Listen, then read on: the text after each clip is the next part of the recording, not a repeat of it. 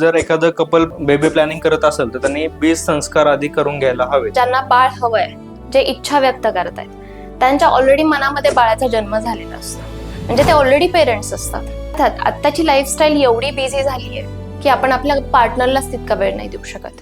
During pregnancy आईमध्ये खूप सारे बदल होत असतात, हॉर्मोनल चेंजेस होत असतात, फिजिकल चेंजेस होत असतात. समटाइम्स ते चेंजेस ऍक्सेप्ट करणं तिला हेवी जातं. याच फेजमध्ये पार्टनरचा रोल म्हणजे मेल पार्टनरचा रोल खूप जास्त महत्वाचा असतो. जे स्ट्रेस हा जो फॅक्टर आहे तो बीज संस्कार मध्ये कव्हर होतो.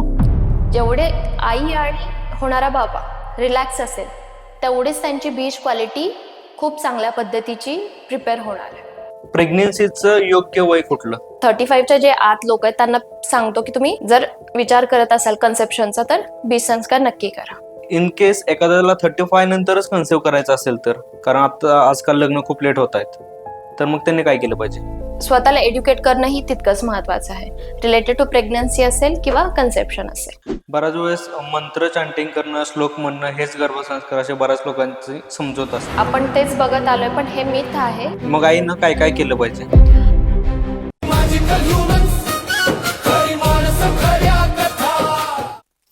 नमस्कार मंडळी, तुमच्या सगळ्यांचं मॅजिकल ह्युमन्स हे आपल्या खास पॉडकास्टमध्ये मनापासून स्वागत आहे. इथे आपण भेटतो अशा व्यक्तींना ज्यांच्या विचारांमध्ये, कामांमध्ये आणि प्रवासामध्ये काहीतरी वेगळी जादू असते, जी आपल्या आयुष्याला एक वेगळी दिशा देऊ शकते. आजचा विषय तसाच खूप खास आहे, गर्भसंस्कार. आणि यासाठी आज आपल्या सोबत आहेत मिसेस रुपाली शिंदे, ज्या एक अनुभवी गर्भसंस्कार कोच आहेत, न्यूट्रिशनिस्ट आहेत आणि त्याचसोबत योगा ट्रेनर सुद्धा आहेत. आईच्या विचारांपासून ते बाळाच्या विकासापर्यंतचा हा सुंदर आणि वैज्ञानिक प्रवास आज आपण त्यांच्यासोबत जाणून घेणार आहोत. चला तर मग सुरुवात करूयात आपल्या आजच्या या खास विषयाला. नमस्कार मॅडम. नमस्कार.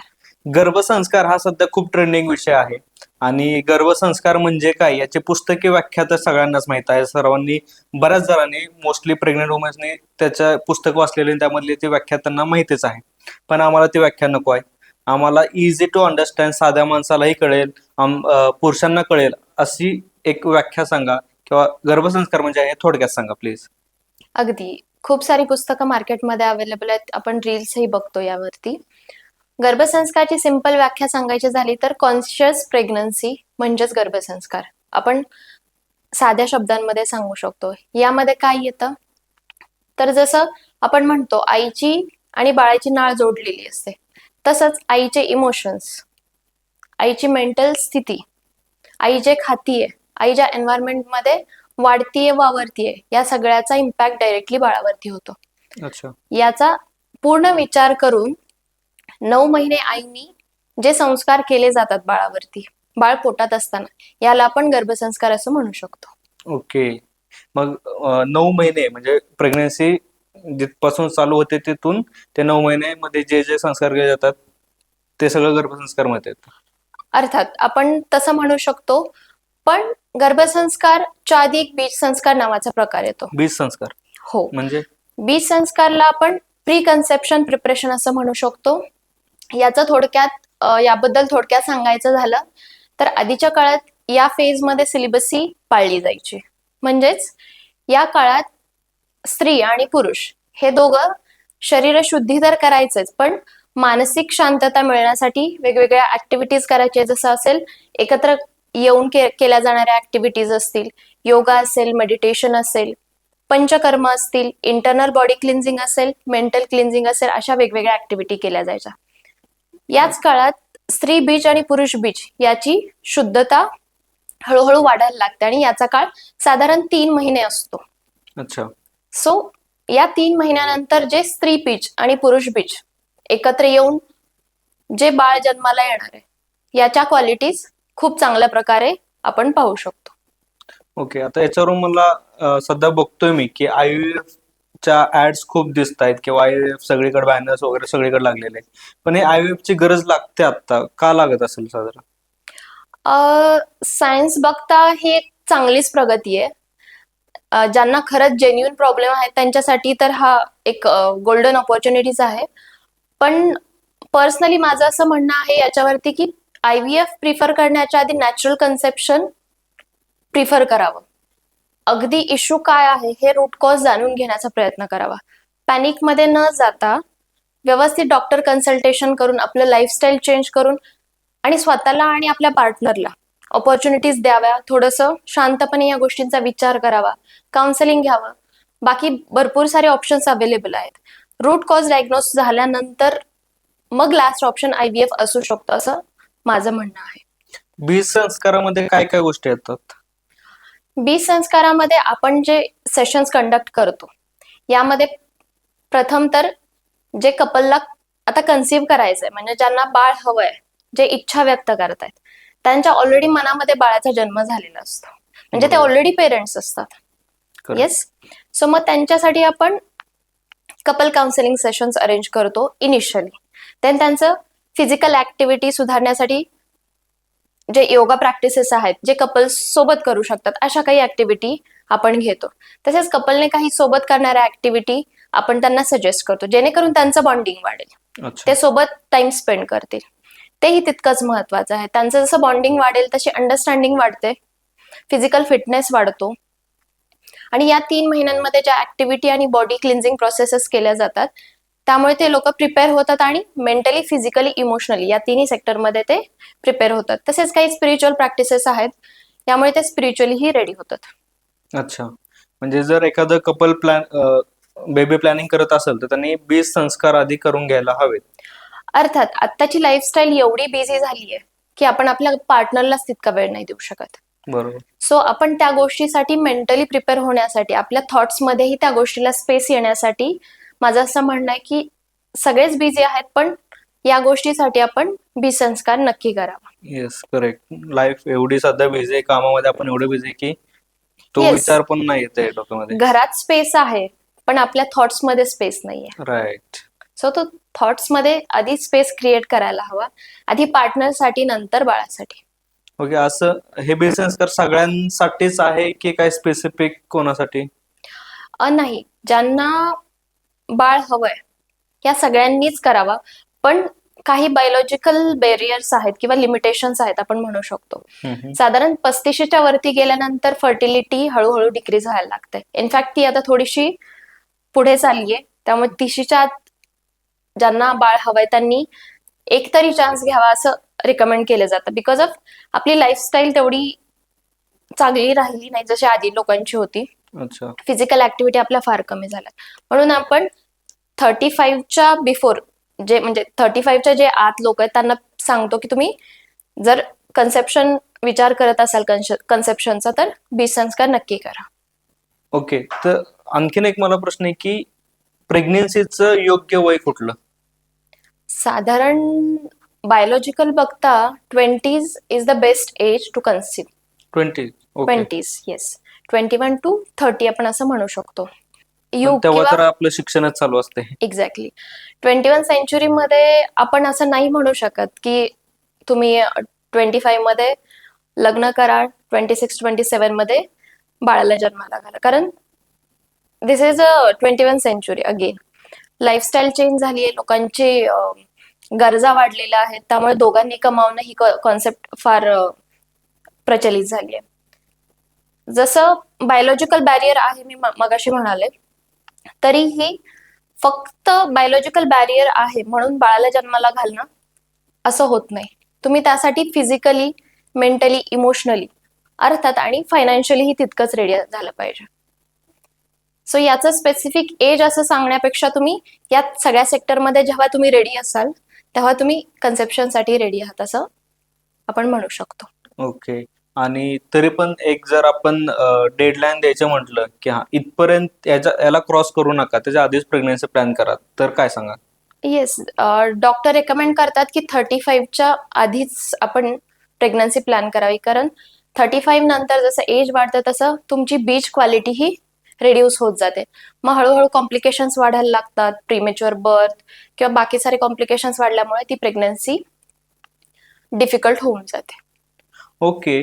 पण इन केस एखाद्याला 35 नंतरच कन्सिव्ह करायचं असेल तर, कारण आता आजकाल लग्न खूप लेट होत आहेत, तर मग त्यांनी काय केलं पाहिजे? जर तुम्ही लेट मॅरेजेस करत असाल तर या केसेसमध्ये तुम्ही तुमची लाईफस्टाईल मेंटेन करणं हा एक खूप इम्पॉर्टंट पॉइंट आहे. यामध्ये तुमची फिजिकल ऍक्टिव्हिटी, तुम्ही किती ऍक्टिव्ह आहात, तुमचं फूड आणि न्यूट्रिशन कसं आहे, ओके. तुम्ही मेंटली किती प्रिपेअर्ड आहात, किंवा तुम्ही पार्टनर सोबत तुमचं बॉन्डिंग कसं आहे, आणि फायनान्शियली आणि अदर सेक्टरमध्ये तुम्ही किती सेटल्ड आहात, हेही तितकंच मॅटर करतं. अगेन याच्या पुढे जाऊन फिमेल्समध्ये आपण म्हणू शकतो की एग रिझर्व करण्याचा हा एक बेस्ट ऑप्शन आहे, जे की 20 to 30 या एजमध्ये एक क्वालिटी खूप चांगली असते, म्हणजे 20s मध्ये 21 to 30. अच्छा.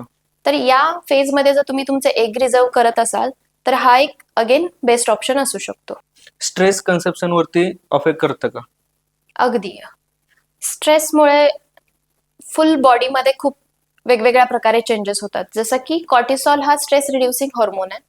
जेव्हा आपण अंडर स्ट्रेस काम करत असतो, लाईफस्टाईलच तशी झाली आहे, फास्ट मुव्हिंग IT पीपल आहेत, कंटिन्युअस डेडलाईन वरती काम करत असतात, कंटिन्युअस हो, पळणारी लाईफस्टाईल आहे, खूपच स्टेबिलिटी जास्त. थोडी कमी झाली आहे, किंवा सर्कार्डियन रिदम म्हणतो आपण, नेचरने जे सायकल आपल्याला किंवा क्लॉक आपल्याला दिलंय त्याच्या अगेन्स्ट जाऊन आपल्याला काम करावं लागतं. अगेन ती नेसेसिटी पण आहे. पण हे सगळं करत असताना आपला स्ट्रेस कुठेतरी मेंटेन राहायला पाहिजे किंवा मॅनेज झाला पाहिजे. मेंटेन नाही म्हणता येणार, पण स्ट्रेस मॅनेज झाला पाहिजे. तो आउट ऑफ कंट्रोल जाऊन आपल्या बॉडीवर इम्पॅक्ट करू नये यासाठी आपण ऍक्टिव्हिटी केल्या पाहिजे, जसं की मेडिटेशन आहे. फिजिकल ऍक्टिव्हिटी मध्ये तुम्ही तुमच्या आवडीच्या ऍक्टिव्हिटीज करू शकता.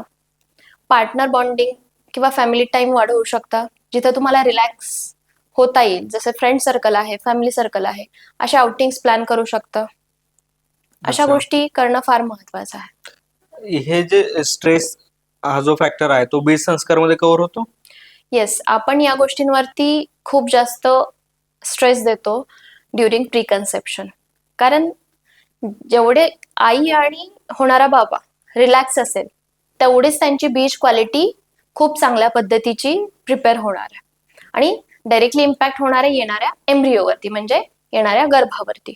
म्हणूनच आपण मेडिटेशन घेतो, व्हिज्युअलायझेशन घेतो, पॉझिटिव्ह अफर्मेशन्स घेतो, जेणेकरून त्यांची मेंटल थॉट प्रोसेस चेंज होते, आणि थॉट्स चेंज झाले की ते आपोआप चेंजेस त्यांच्या बॉडीमध्ये होतात आणि हॉर्मोन्स वरती होतात. त्यामुळे त्यांचं कामनेसकडे फोकस आपण जास्त करतो. अच्छा. म्हणजे जे आता IT कल्चर चालू आहे ज्याच्यामध्ये स्ट्रेस खूप जास्त आहे, अशा कपल्सनी जेव्हा बेबी प्लॅन करताय त्यावेळेस त्यांनी बीज संस्कार हा ऑप्शन नक्की बघितला पाहिजे, ज्याच्यामुळे त्यांचं बेबी हेल्दी होऊ शकतं, राईट? अगदी अगदी बेबी हेल्दी तर होणारच आहे, पण त्यांची प्रेग्नन्सी ही खूप इझी जाणार आहे, आणि खूप स्वतःला एज्युकेट करणंही तितकंच महत्वाचं आहे, रिलेटेड टू प्रेग्नन्सी असेल किंवा कन्सेप्शन असेल. ओके. ओके मॅम, आपण पुढच्या टप्प्यावर जाऊयात की आता समजा कन्सेप्शन झालेलं आहे, तर मग आता गर्भसंस्कारमध्ये काय काय गोष्टी येतात? गर्भसंस्कारमध्ये मी जसं म्हणाले की कॉन्शियस प्रेग्नन्सी म्हणजेच गर्भसंस्कार. तर गर्भसंस्कारमध्ये आपण मेन 3 पिलरवरती जास्त फोकस करतो. प्रीनेटल योगा असेल, म्हणजेच फिजिकल ऍक्टिव्हिटी असतील, ओके. तुमचं न्यूट्रिशन असेल, म्हणजे तुम्ही काय खाल्लं पाहिजे, काही गोष्टी अवॉइड केल्या पाहिजे, याच्यावरती आपण फोकस करतो. आणि तिसरी गोष्ट म्हणजे अदर ऍक्टिव्हिटीज. अदर ऍक्टिव्हिटीज मध्ये आपण माइंडफुलनेस ऍक्टिव्हिटीज घेतो, ब्रेन डेव्हलपमेंट ऍक्टिव्हिटीज घेतो, कलर ऍक्टिव्हिटीज, आणि अशा बऱ्याच काही ऍक्टिव्हिटीज आहेत ज्या अच्छा. आईसाठी तर इम्पॉर्टंट आहेत, पण बाळाच्या डेव्हलपमेंटसाठी तितक्याच इम्पॉर्टंट आहेत, आणि आई एंगेज राहते त्यामध्ये. ओके. पण आता आईच्या या सगळ्या गोष्टी करण्याचा बाळावरती इम्पॅक्ट होतो खरंच? येस, जसं बाळाची आणि आईची नाळ जोडलेली आहे, आपण सर्वत्र ऐकतो ही बरोबर. गोष्ट, पण एक्झॅक्टली कशी रिलिव्हंट आहे, याला बायोलॉजिकल किंवा सायंटिफिक सपोर्ट काय, तर बाळाला ज्याही इम्पॉर्टंट गोष्टी आहेत, न्यूट्रिशन असेल किंवा ऑक्सिजन असेल, हे सगळं बाळाला आईच्या ब्लड मधून मिळतं. अगदी आईचा स्ट्रेसही बाळाला मिळतो, तो ओके. तिच्या ब्लड मधून. सो म्हणूनच आई ज्याही गोष्टी करणार आहे, आईचं एन्व्हायरमेंट जसं असेल तेच बाळ फील करणार आहे. आई ज्या गोष्टी खाणार आहे त्या गोष्टी बाळाला मिळणार आहेत. आई ज्या गोष्टी अनुभवणार आहे तेच अनुभव बाळाला मिळणार आहेत. आईच्या अनुभवामधून ते पोटातलं बाळ जगाची ओळख त्याला होणार आहे. म्हणून ज्या ऍक्टिव्हिटी आई करणार आहे त्याचा इम्पॅक्ट डिरेक्टली बाळावरती होणार आहे. मग आई चांगल्या ऍक्टिव्हिटी करत असेल तर तसाही परिणाम होणार आहे, आणि अदर वे अराउंड. मग आईनं काय काय केलं पाहिजे? आपल्या गर्भसंस्कार सेशनमध्ये आपण हे 3 पिलरवरती तर काम करतोच. याच्या पुढे जाऊन आपण कपल काउन्सिलिंग हाही प्रकार घेतो.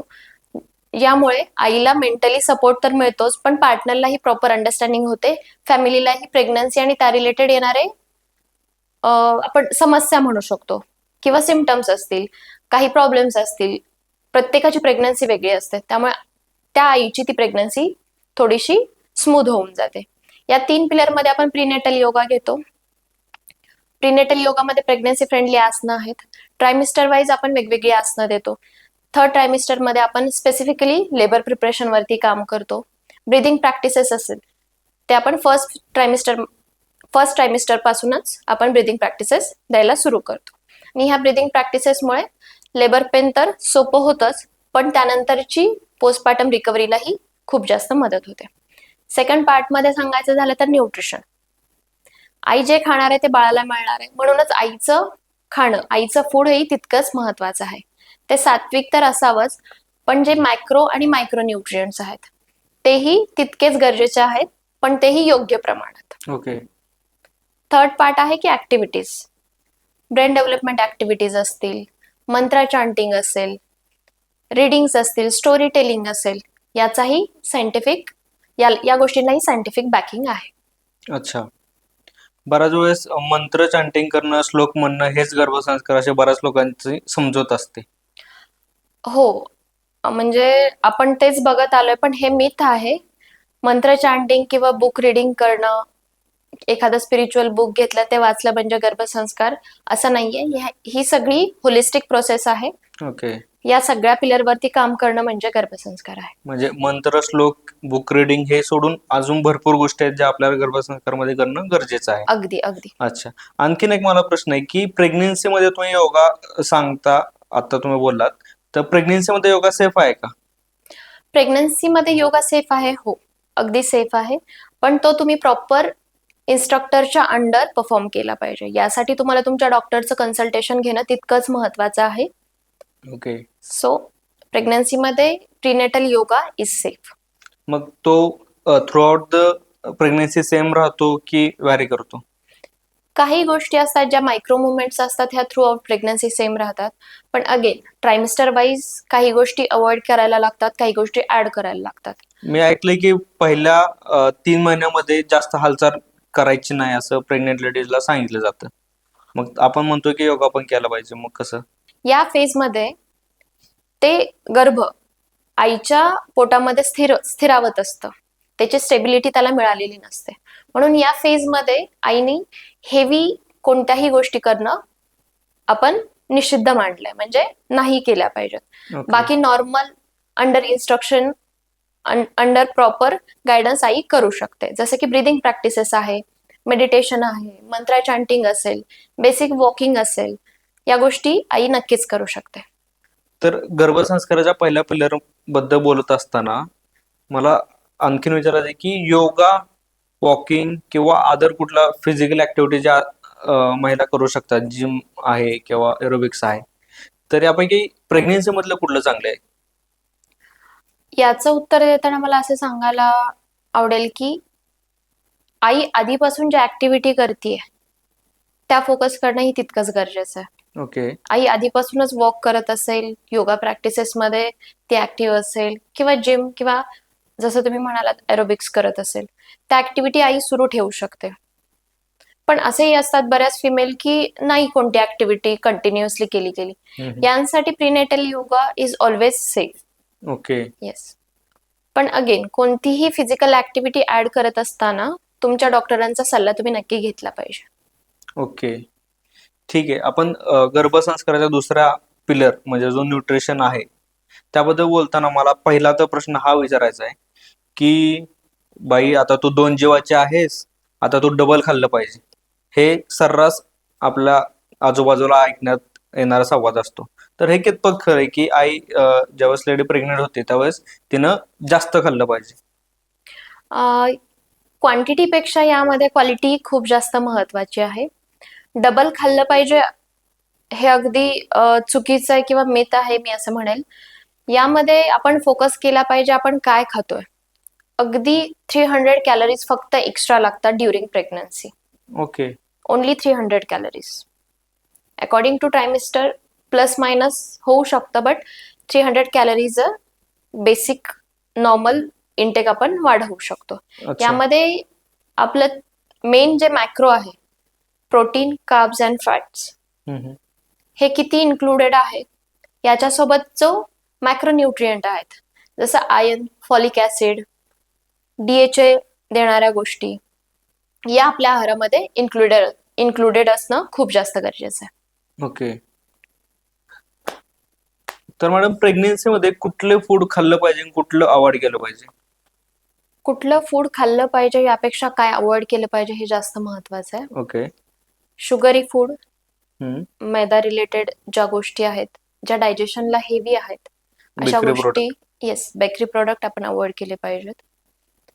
फ्राईड आणि मोर आउटसाइड फूड थोडंसं अवॉइड केलं पाहिजे, ओके. कारण समटाइम्स फूडमध्ये कलरिंग एजंट्स असतात, हम्म. कोणत्या टाईपच्या अदर फ्लेवर यूज केलं जातं हे आपल्याला माहिती नसतं, म्हणून आउटसाइड फूड थोडंसं अवॉइड केलं पाहिजे.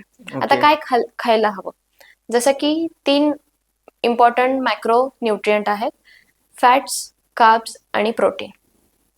प्रोटीन हे प्रेग्नन्सीमध्ये तितकंच महत्वाचं आहे. बाळाची मसल गेन, बाळाची बोन डेव्हलपमेंट यासाठी मायक्रोन्यूट्रिएंट सोबतच मॅक्रोन्यूट्रिएंटही तितकंच महत्वाचं आहे. सो या रिलेटेड आपण डिटेल गायडन्स किंवा डिटेल न्यूट्रिशन प्लॅन आपल्या सेशन्स मधल्या फिमेल्सला देत असतो. मग तरी पण कुठले असे पदार्थ आहेत ते खाल्ले पाहिजे आणि कुठले नाही खाल्ले पाहिजे, तर काय सांगा? आपल्या न्यूट्रिशन मध्ये जे मेन पिलर्स आहेत, मॅक्रोन्यूट्रिएंट्सचे 3 पिलर्स आहेत, प्रोटीन आहेत, कार्ब्स आणि फॅट्स. प्रोटीन आपण व्हेजिटेरियन आणि नॉन व्हेजिटेरियन या 2 प्रकारांमधून घेऊ शकतो. नॉन व्हेजिटेरियन म्हणाल तर एग्ज असेल, चिकन असेल किंवा फिश तुम्ही घेऊ शकता. ओके. अगदीच व्हेजिटेरियन असाल तर तुम्ही सगळ्या डाळी इन्क्लूड करू शकता, सोयाबीन सारखे पदार्थ तुमच्या जेवणामध्ये ऍड करू शकता. कार्ब्स मध्ये आपण अगदी सगळ्या प्रकारच्या भाकरी खाऊ शकतो, ज्वारी, बाजरी, नाचणी, तांदळाची भाकरी किंवा मक्याची भाकरी आपण प्रिफर करू शकतो. तसेच मिक्स मिलेटची ही आपण भाकरी बनवून आपण खाऊ शकतो. म्हणजे चपाती? चपाती यामध्ये ग्लुटन जास्त प्रमाणात असतं, so during pregnancy already digestive सिस्टीमवरती प्रेशर आलेलं असतं, तर या फेजमध्ये हे अवॉइड केलं तर अतिउत्तम.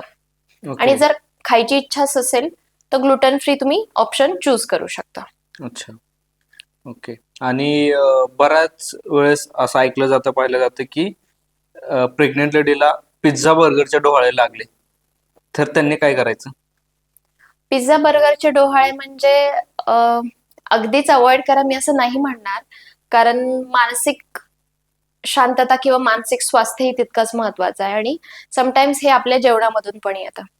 काही प्रमाणात खाणं हे योग्य आहे, म्हणजे प्रमाणात थोडंफार कधीतरी तुम्ही खाऊ शकता, पण याचं रूट कॉज फाइंड आउट करणं तितकंच गरजेचं आहे, किंवा या गोष्टींचं ऑल्टरनेटिव्ह फाइंड आउट करणं गरजेचं आहे.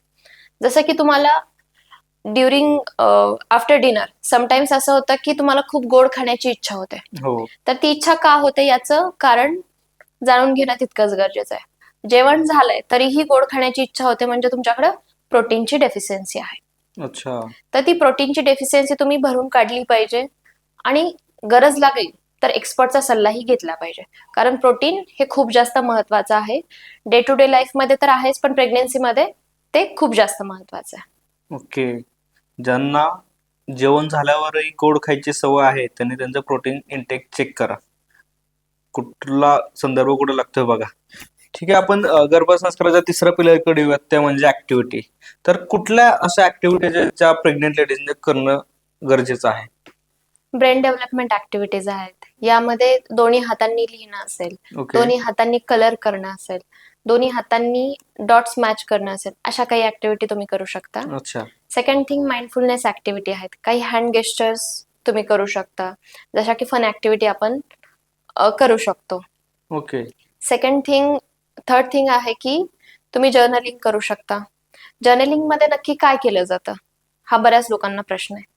यामध्ये तुम्ही तुमच्या इमोशन्स नोट डाऊन करू शकता, तुमचा दिवस कसा गेला हा तुम्ही नोट डाऊन करू शकता, आता तुम्ही कोणत्या मंथ मध्ये आहात, कोणत्या वीक मध्ये आहात, आणि तुमचे सिम्पटम्स काय आहेत, तुम्ही कोणकोणत्या आज ऍक्टिव्हिटी केल्या हे तुम्ही नोट डाऊन करू शकता. अच्छा.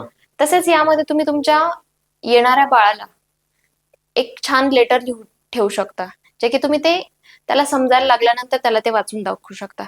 राईट नाव तुम्ही जे तुमच्या प्रेग्नन्सीमध्ये फील करताय ते तुम्ही अगदी end to end note down करू शकता. हेच जेव्हा तुम्ही काही वर्षांनी वाचणार आहे ते मुमेंट्स तुम्ही ते पुन्हा जगणार आहात. सो असे 2 ते 3 वर्ष झालेल्या मुलांच्या आयांचे खूप चांगले एक्सपिरियन्सेस आहेत. ते ते मुमेंट्स पुन्हा जगत आहेत आणि त्यांचा रिस्पॉन्सही खूप छान येत आहे. वा वा, नक्कीच. आपण लिहिलेली गोष्ट परत आपण 2-3 वर्षानंतर वाचतो त्यावेळेस ते वेगळंच असतं, कारण आपण ते जगून गेलेलो असतो आणि तो फील आपल्याला त्यावेळेस परत येतो. नक्कीच प्रत्येक प्रेग्नंट लेडीला आपण त्या प्रेग्नन्सीच्या काळामध्ये काय लिहिलेलं आहे ते वाचताना भारीच वाटत असणार आहे. आणखीन कुठल्या ऍक्टिव्हिटीज असतात ना? आणखीन यानंतर कुठल्या कुठल्या ऍक्टिव्हिटीज केल्या पाहिजेत?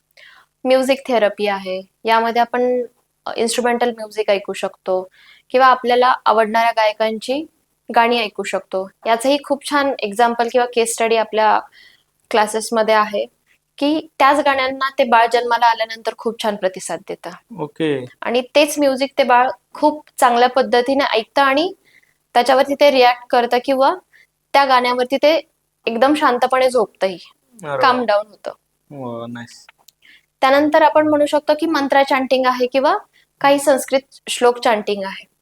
असंही तुम्ही करू शकता. ही गोष्ट तुम्ही तुमच्या पार्टनर सोबतही करू शकता. ओके. आणि सगळ्यात महत्वाचं म्हणजे बेबी टॉक. Baby talk. बाळासोबत बाळासोबत संवाद साधणंही तितकंच महत्वाचं आहे. हे काय इम्पॉर्टंट आहे, कारण या फेजमध्ये बाळ ऐकायला लागतं. साधारण 5व्या महिन्यात बाळाला ऐकायला यायला लागतं किंवा सुरुवात होत असते. हे बेबी सोबत बोलल्यामुळे त्याची लँग्वेज डेव्हलपमेंट तर होतेच, पण ते आवाज ओळखायला लागतं, आईचा आवाज ओळखतं. तसेच बेबी टॉक मध्ये बाबाची इन्व्हॉल्वमेंटही तितकीच महत्वाची आहे. अच्छा. म्हणूनच जन्माला आल्यानंतरही बाळाला सांगावं लागत नाही की हा तुझा बाबा आहे. आवाज ओळखूनच ते आपोआप काम डाऊन होतं. ओके. मला एक मूवी मधला सीन आठवतो, स्वप्नील जोशी आणि मुक्ता बर्वे यांचा.